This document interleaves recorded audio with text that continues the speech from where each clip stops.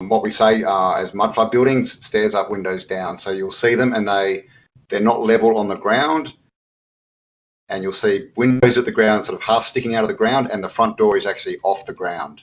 And so what they do is they build steps up to the front door, and you'll see all these windows at the bottom that are half in the ground. And that's what we're talking about when we talk about mudflood buildings.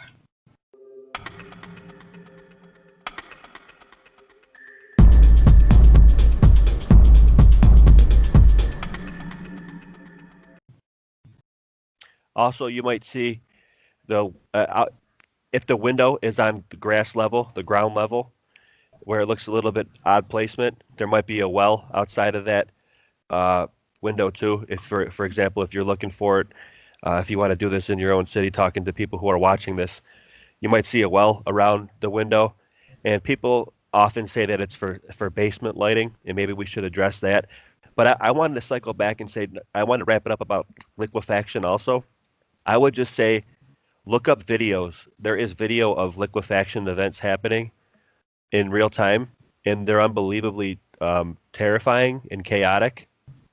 Not the ones that happen real slowly, but there's actually video, I think in Sri Lanka or India, of an actual whole village experiencing a liquefaction event. And you can actually see the entire village moving, and this family is like floating on a roof. So in a liquefaction event, it's so chaotic. Number one, it wouldn't sink evenly. It would just fall over. Mm. You would see definite evidence of a liquefaction event. It wouldn't just go sink evenly. So that's it. Now, and just quickly, liquefaction, for anyone who doesn't know, it's basically when you have like an earthquake or something, the ground trembles and all the dirt turns to liquid and things sink in it. So that's what liquefaction is. As far as mud flood, yes, we see it looks like, we say mud flood because it almost looks as if, and it's almost like it looks as if a slow inundation of mud came in, and we can address that also, because there doesn't seem to be any foundational damage, I guess, if you will. Like, I don't know, that feature of it is really interesting, and we got to discern that and extrapolate that some more. But yeah, the features, it looks like these buildings have a lot more underneath them. Like there was a flood. The analogy is to use like an iceberg. You only see the tip of it, especially some of these churches. It looks like we're just seeing the top of it. Okay, and we posit that there was an inundation of mud. Now, that can also be sediment of the flood, which is a possibility because of the timeline and everything, but those would be the general characteristics of what we see as mud flood. These buildings look like there was a flood of mud, and it inundated the bottom levels. With the mud flood as well, we get a lot of people saying, hey, they're just basements. You guys are crazy. What are you talking about?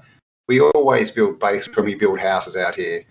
So, well, first of all, we have evidence of, like I said, the Louvre, some of these buildings, we've got evidence of 5-6 stories underground. As Dustin said, when they do these windows, they've actually got to put little borders around the windows to keep the rain out. It's silly to build a window at ground level, especially if you live somewhere where it rains, because you're going to get water in. So it doesn't make sense. And also, we're talking about huge buildings, big buildings. We're not talking about houses. We're definitely not talking about wooden houses. We're talking about brick and stone buildings that are huge. Government buildings, cathedrals.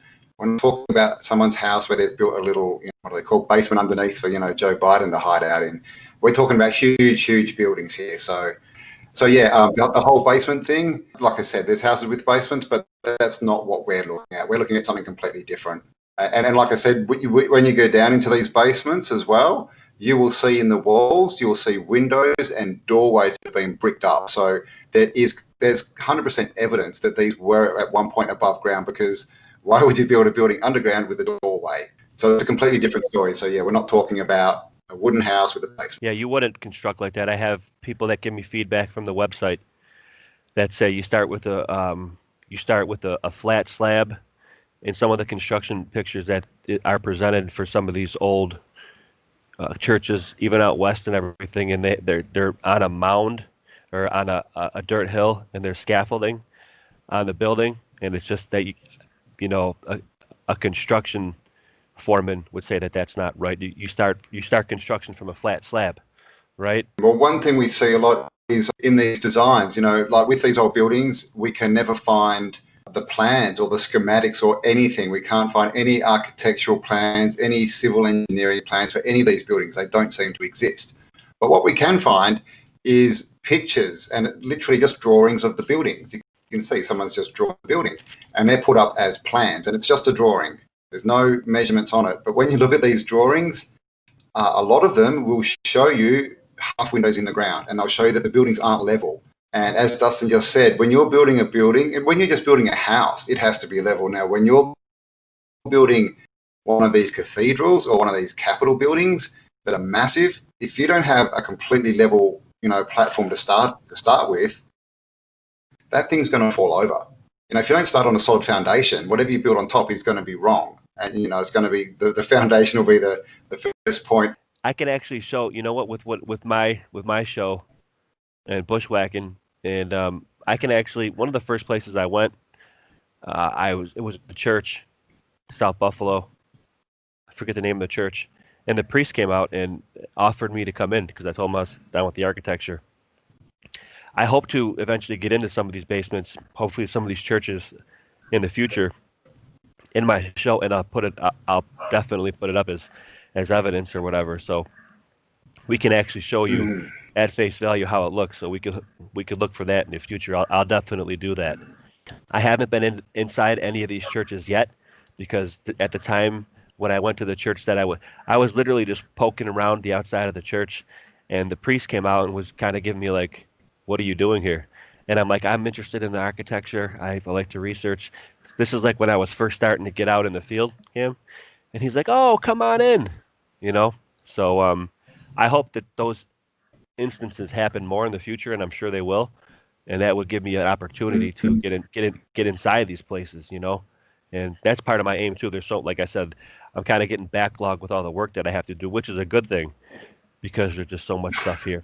So yeah, I can get inside some of these places hopefully and show a face value of how it looks and how these churches underground, maybe that can even find some tunnels. Maybe I could even find Joe down there, or Killary. Oh, Joe boy.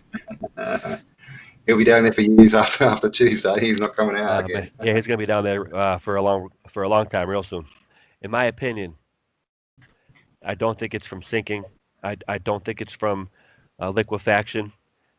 For a good example for sinking, I know that these two examples are towers, but you think of the Leaning Tower of Pisa. If something's going to sink, that's attributed to sinking. Yeah. Okay, I know it's a tower, and I know it's got a real small footprint. That leaned, though. Another example of a leaning, sinking tower, or this is, I think, due to an earthquake, but still, it's a good example for reference and how things would sink unevenly. The towers of Bologna in Bologna, Italy. John Levi did a show about that. There's two significant towers there. One of them is leaning cockeyed, and they attribute it to an earthquake. I have discernment there, but that could just be sinking like the Leaning Tower of Pisa as well. Just to nail down the fact that I don't think that it's leaning. You see other examples. They sink cockeyed. Yeah. Well, the thing is, we don't know the age of these buildings, which is another thing. So yeah, if that was built on that too, land was half sand and half clay or whatever, then definitely over 500, 600, 1,000 years it could start to laying. Yeah. It was just an earthquake. It was just, but the other tower next door is just fine. But it was an earthquake. The tower just leant a little bit. Nothing else got broken. Nothing got destroyed. Just leant over a little bit. I'll bet J.P. Morgan had his hands on that one too. Bloody-o. So another theory that's been put out there is a volcano. I mean, if we look at places like Pompeii, that was dug out. That was underground. Everything covered, and it was dug out, and that was ash. That was volcanic ash that had basically pretty much turned to what we would call dirt. So this is something else it might be, because obviously when you have volcanoes, you have little bits of rock and things in there, and we do find this, in the soil. It tends to be very it's not clean soil. There seems to be a lot of rock and stuff in there. So it could have been thrown out for a volcano, or of course, as Dustin mentioned before, the Great Flood. We've all heard of Noah's flood. We're looking into that, and we're not sure of the dates. The dates may have been changed to protect the guilty, but that's another thing. But obviously, with a flood, I mean, this is the thing. What are we talking? Are we talking waters rising slowly? Because if we're talking tidal waves, then obviously everything on the coasts would be destroyed. The cities would be taken out, but inland, you would, where the water rolled in, you would get mud flood. But we don't really see that on the coasts. We do see a lot of star forts that look like they've been half sunk and stuff on the coast, but we still have like New York. New York's on the coast, isn't it? Look at that. It's full of massive buildings. So this is the whole thing about the flood. If it was a flood, like they describe it in the Bible, raining for 40 days, that would just bring the water up slowly, wouldn't it? Exactly. And then obviously the water swishes around. It sort of drags dirt and mud down from the mountains as it recedes, and it just covers everything with mud. So that's a definite, that's definitely, and we know about this. We've been told about it. So that's definitely a contender. But it would have to be a flood like is explained in the Bible, rather than what we think, like the tsunami from the year, 2012 and things like that. It would have to be a lot more, I don't know, rising slowly from the bottom, like they say. Because isn't that what they say, that the waters came from below in the Bible? Yeah, I believe so, because to extrapolate from when it said the waters separated waters from the waters, it would indicate that there are waters below. Yes. And we're in like a bubble of it, right? And the ark was actually built on a mountain, and still waiting for the waters to rise up and pick it up. So yeah, I mean, obviously, if it rains, the waters rise too. But interesting, like you said about the volcano too. There are mud volcanoes, definitely mud volcanoes, especially in Siberia over there in Russia, and I think that are continuously going. That's interesting too. But that could also just be source. That could just be a source of it. It's quite possible. And yeah, when you see those things erupting, it goes very slow.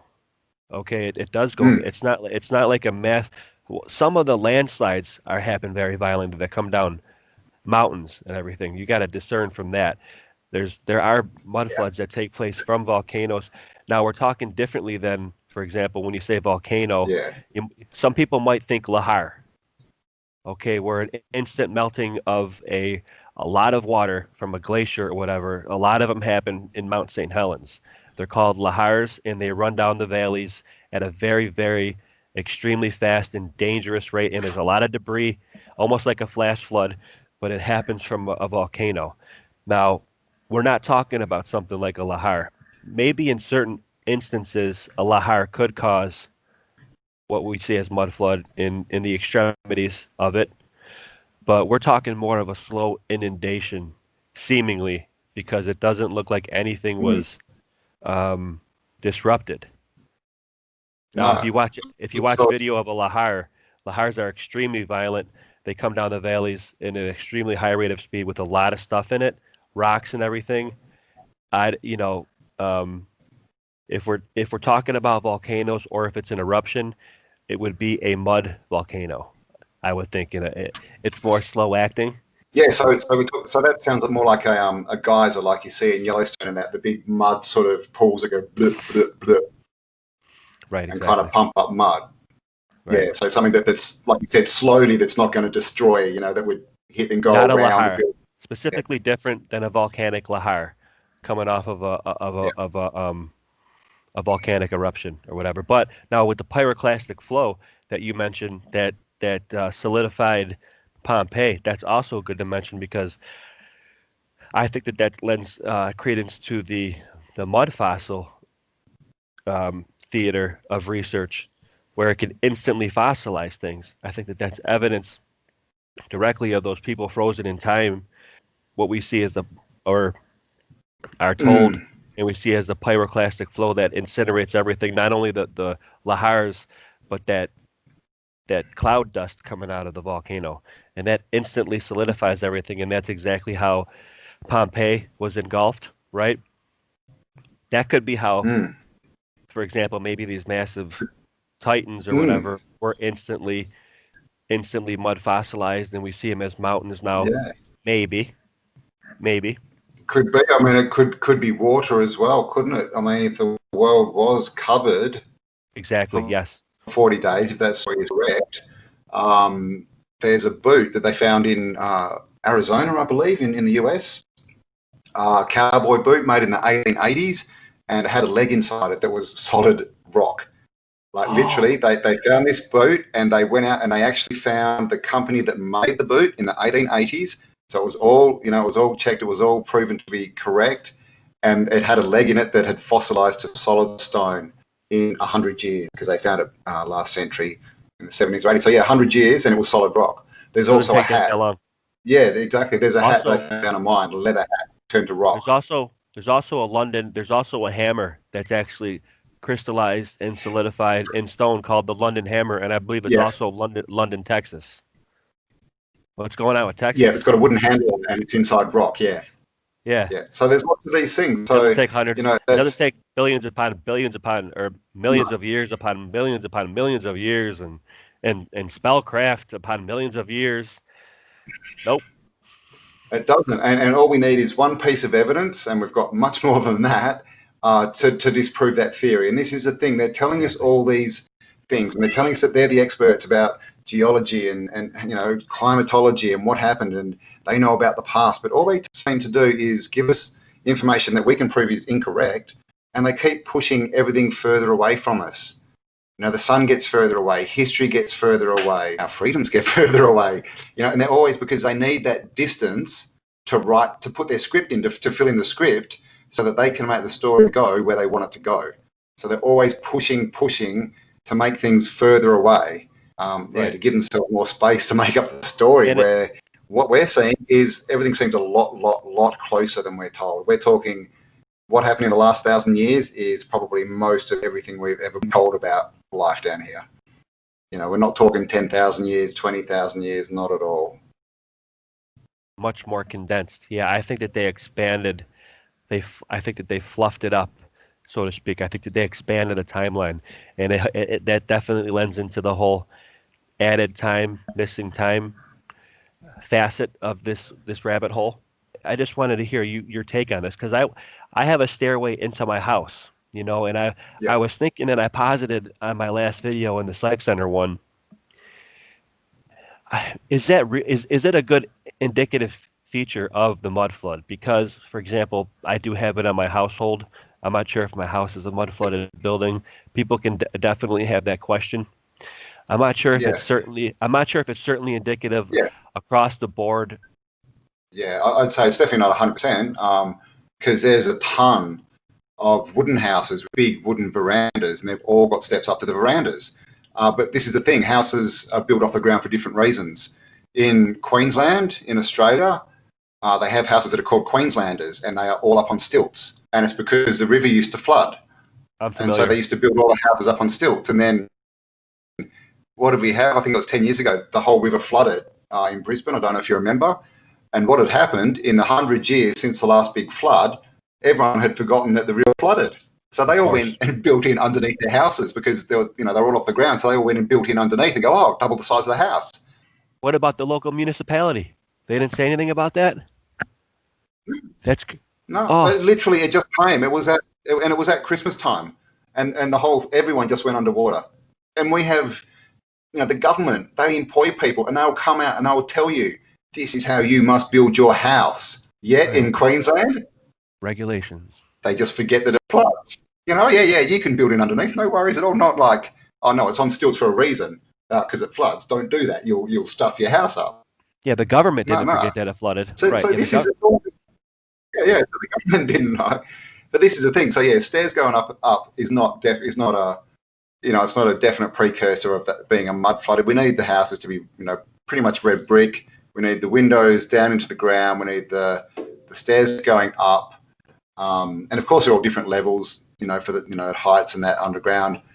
But the main thing is the lower level underground with brick walls, windows in it, doorways. I mean, that's pretty much you're 100% proof that the levels have changed. If you've got a door and a window completely underground, that's pretty good proof that something's happened. Agree. Like it would look like an iceberg, like the tip of it. Now also two different styles of Tartarian architecture type buildings will have this. One will be the brick buildings, the old world brick that I go and get close up on top of, and the old churches, the old cathedral type styles. Like so, those are two distinctively different type of architecture styles.